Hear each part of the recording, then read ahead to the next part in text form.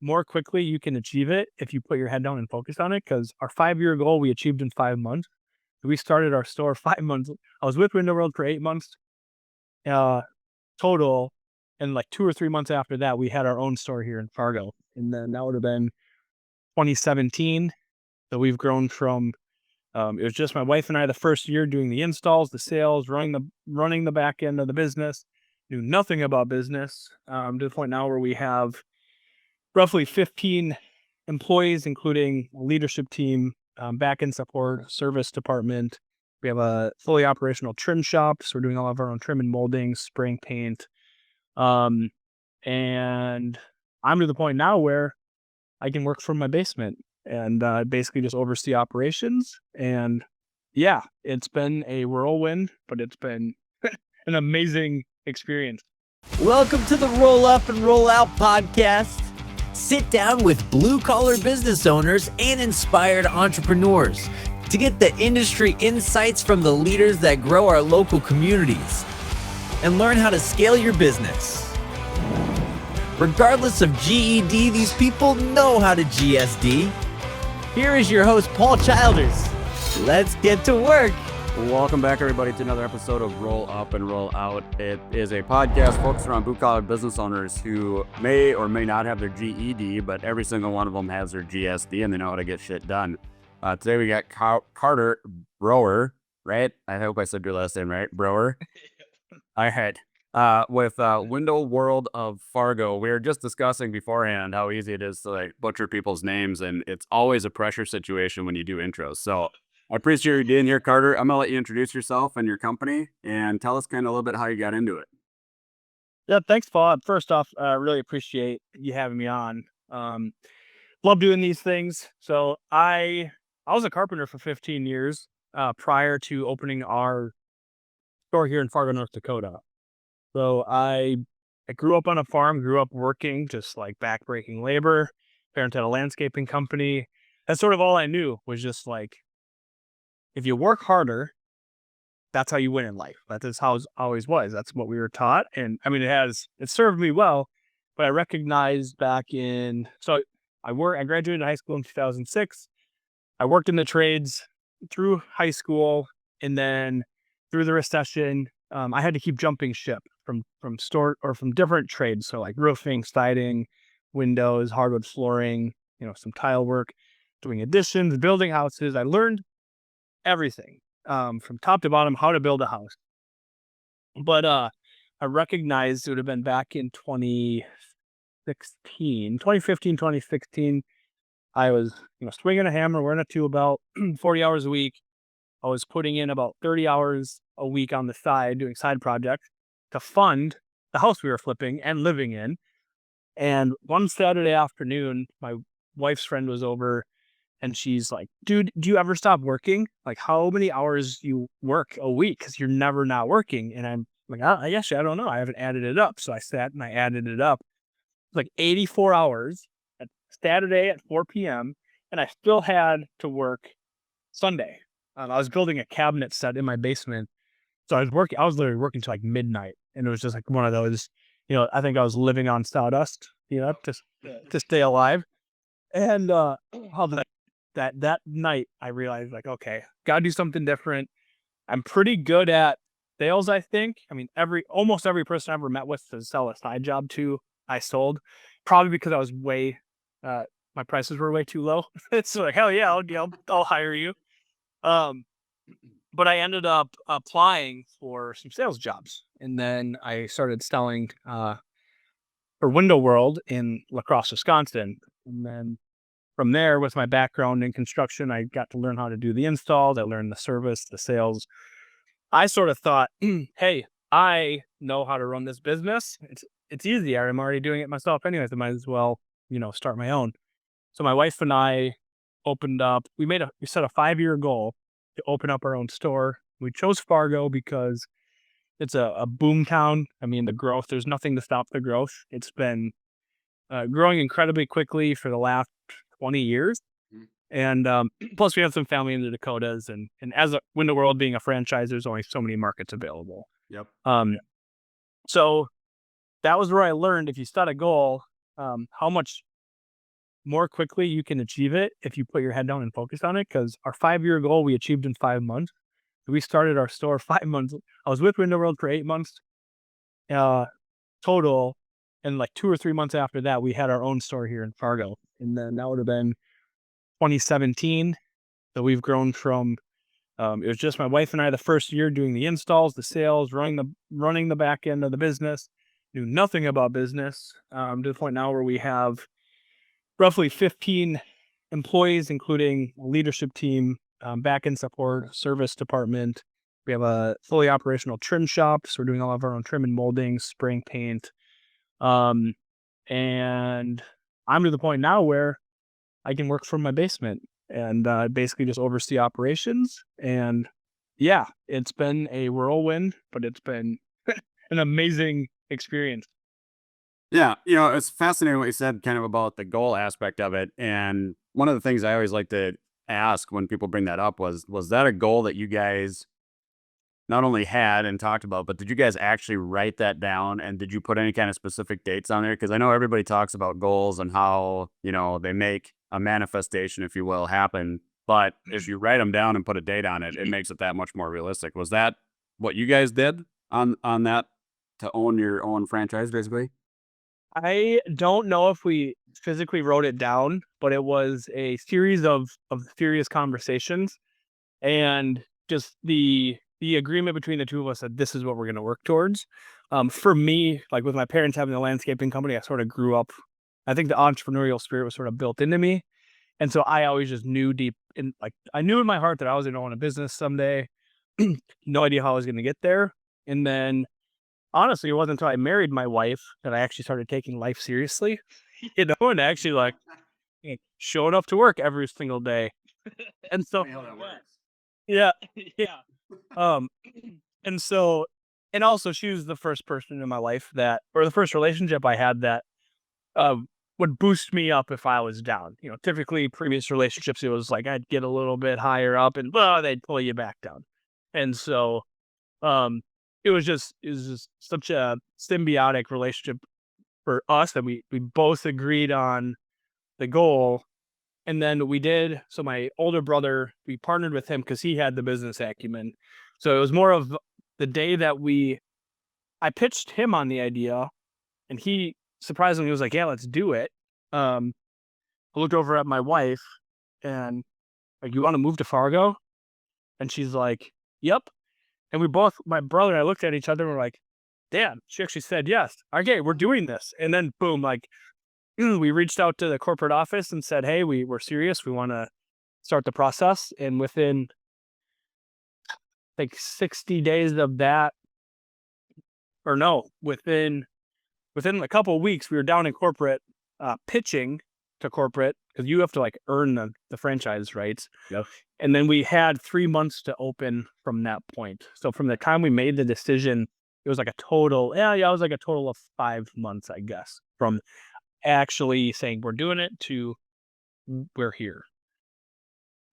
That's pretty incredible, actually. And it's funny, every entrepreneur that I've come across either comes from an entrepreneurial family or has some form of experience or instance in their job where just something hits them and they're just like, man, something isn't right. This doesn't feel like where I belong. Like for me, I'm a first gen entrepreneur in my family, and I had job jumped a lot. And it was probably like my 6th year in automotive as a general sales manager where I had like my first instance of like, man, I'm putting way too many hours in and my kids are growing up way too fast without me. And so then I went and left to a different job that was only from Monday to Friday. And even there, like I just never felt like content, right? And I don't know how to describe it to people other than just like there was like a hole that I knew needed to be filled. I just didn't know what it was. So when I made the jump, it was kind of the same thing. It was like, I don't really know what it is I'm going to do, but I'll figure something out. And so that's kind of what I did. So it's cool that you were able to do that. Even cooler that you were able to do that with your brother. And I'm assuming he's still part of the company. Is he still hands-on, or is he just kind of to help you build it, or how did that go? So he's no longer, so we bought him out in 2018. So he did seller financing. So he did very well. Let's put it that way. Um, so his involvement primarily at the beginning was he helped us with the business plan. He helped us build or set up relationships with like marketing people, all the areas where because he lives in the Twin Cities too, and he stayed there. But he really helped us just get the ball rolling, and then it was my job to understand how to run the business essentially.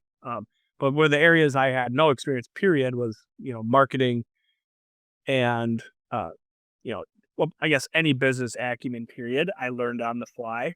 My wife came from well, actually, I should go back. My wife and I are both horrible employees. Let's just start with that. But we both have too many ideas, and we think we're both very strategic in that. Give me a process, and I'm gonna learn the process. I'm immediately gonna be thinking, how can I improve this? How can it make it easier on me? How can I be more efficient? Whatever the goal might be. But working for somebody else was never fulfilling, like you said. And both of us, we just, like I said, horrible employees. Just, I would never want to hire myself if I had to work, if I had to hire someone. And I guess I'm not sure why. Just, not that we didn't like show up to work or anything. It was just, I just hated it. I never felt right, to your point. Like there's something missing. Like I always had that. And also I think there's something about entrepreneurs too, where it's, you've got some level of self-confidence to where you're like, I can do this better. Like, look at this idiot running this business. How can you be so stupid? Like, it's so simple, which, I thought that about everybody. Now I look back at some of the companies I worked for. I'm like, oh yeah, they were right. I get it now. So it goes both ways. But ultimately, I've always wanted to run a business with integrity, relationships first. What's important to me is taking care of the customer, but ultimately on top of that, what's more important to me is taking care of our employees, because then they'll take care of the customer. I don't do much customer facing work with this business anymore. I've got other irons in the fire that I will be taking on more of that role. But you can have a lot greater impact on your customers if your entire staff is also happy. The worst thing that could happen is a customer wanting to talk to me, because that means the entire line and hierarchy and business structure has failed. If it gets to the point where like, I want to speak to the owner, Yep. So that's our goal, is get them to not ever want to say that. Yep. In the dealership, that was one of the things that our owner said. He goes, if a customer ever makes their way all the way up to me, you guys all screwed up, right? Like, you guys didn't follow the process. You didn't do what I told you, which is as simple as just make it right? Like, just take care of it. And there's a lot of truth to that. So let's talk about that, aspect of things a little bit. As you were starting to grow your company, obviously you had an idea of what the culture was like. You work for a franchise. Does the franchise that you work for, do they kind of have any kind of overarching, rules that you need to follow as far as like culture, company, stuff like that? Or was it kind of just you bought the name and are able to kind of build your own business with that? More so the latter. Yeah, they really did help us where they are very beneficial in this franchise specifically is on the marketing side, the branding. We get a national name with some recognition, and then they go to bat with manufacturers to keep our pricing down.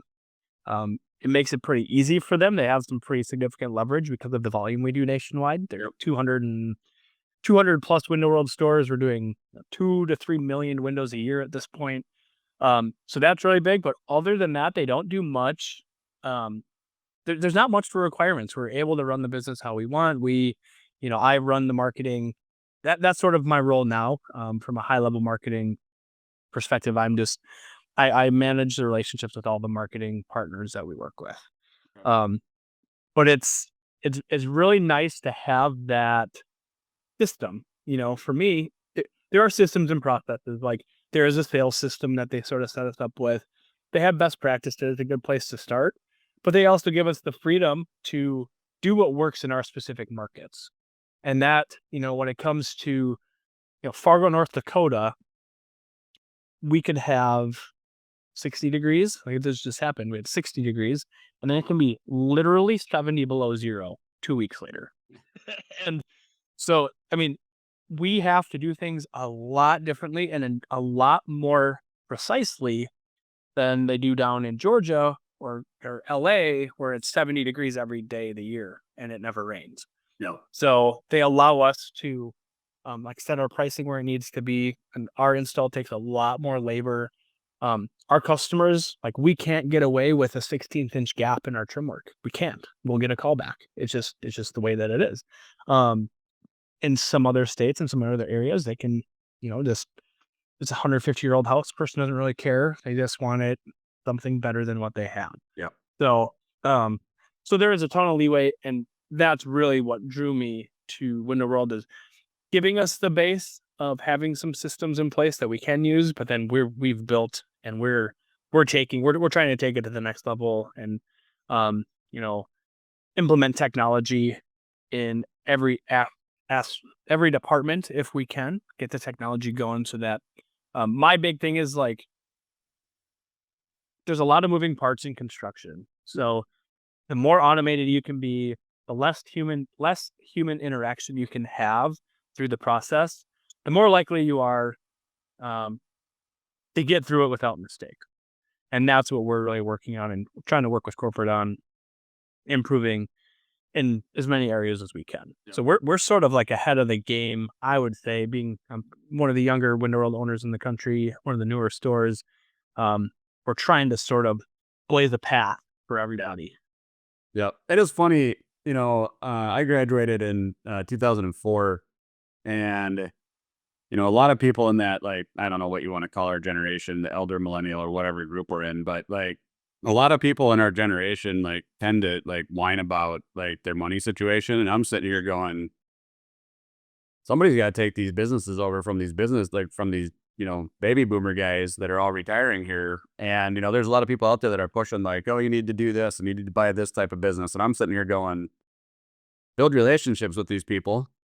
And then when they get to that retirement stage, you're in a position then to acquire that business probably a lot better off than if you go through, like, a broker or follow, like, all these mainstream people that are pushing all this stuff. But, like, you're in a unique position, being young in a growing market, probably with a lot of other service industries that are in that market with aging business owners, to really expand, not just like we're Window World, but now we're also doing this. And you had talked about that before a call about, bolting on different aspect of your business.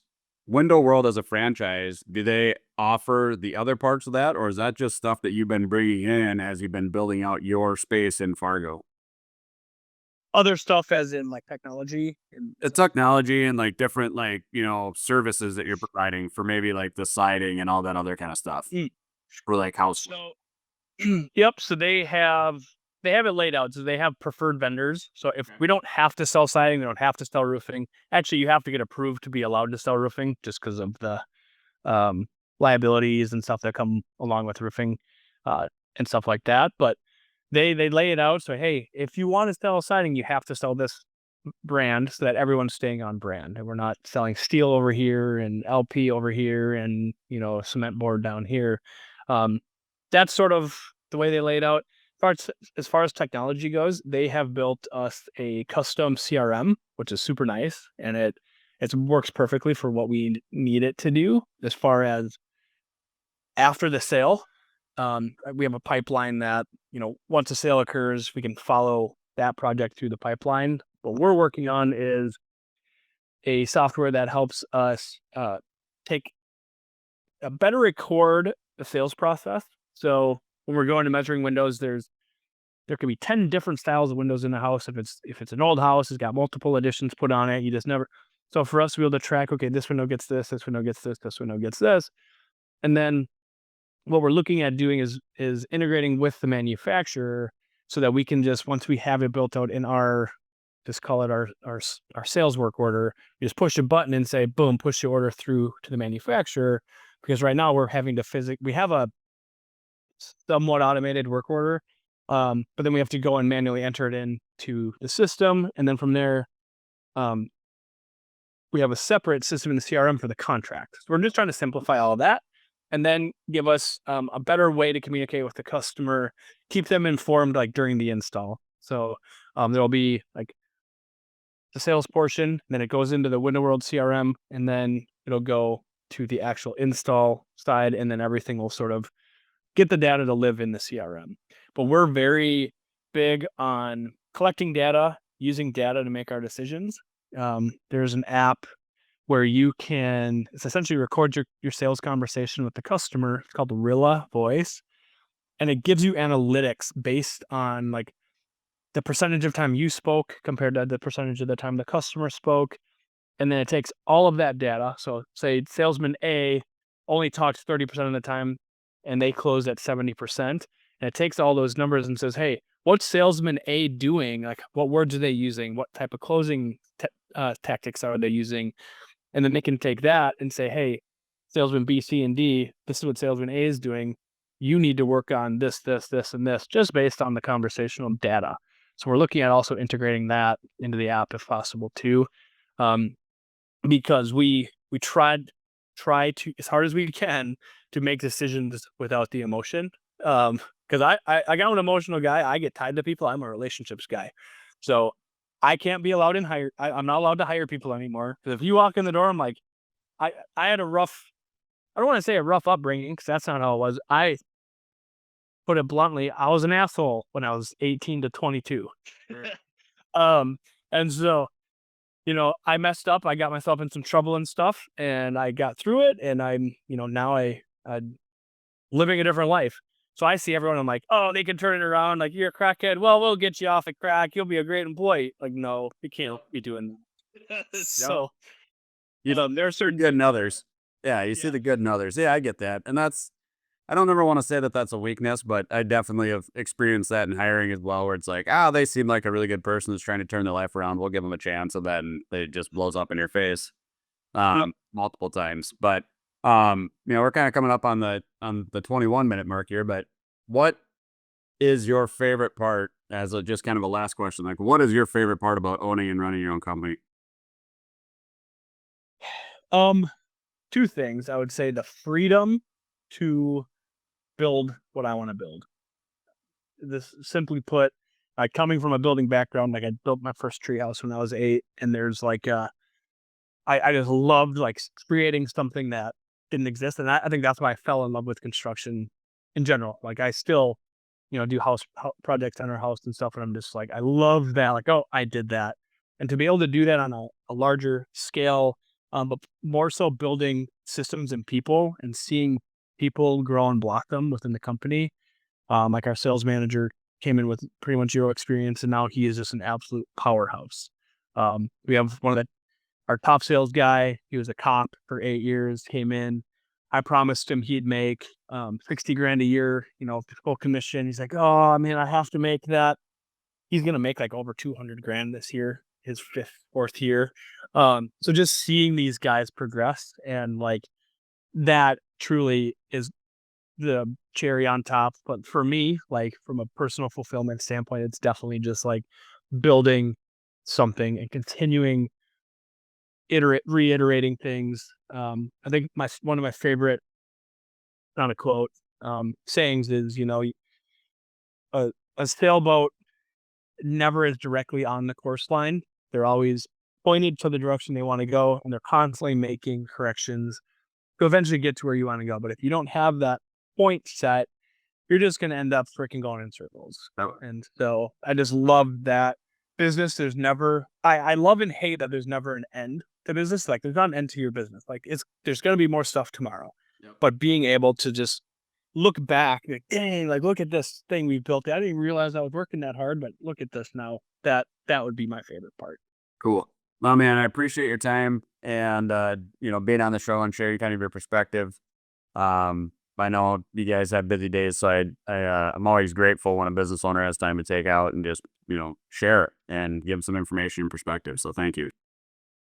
Yeah, Paul, thank you again. I really appreciate coming on.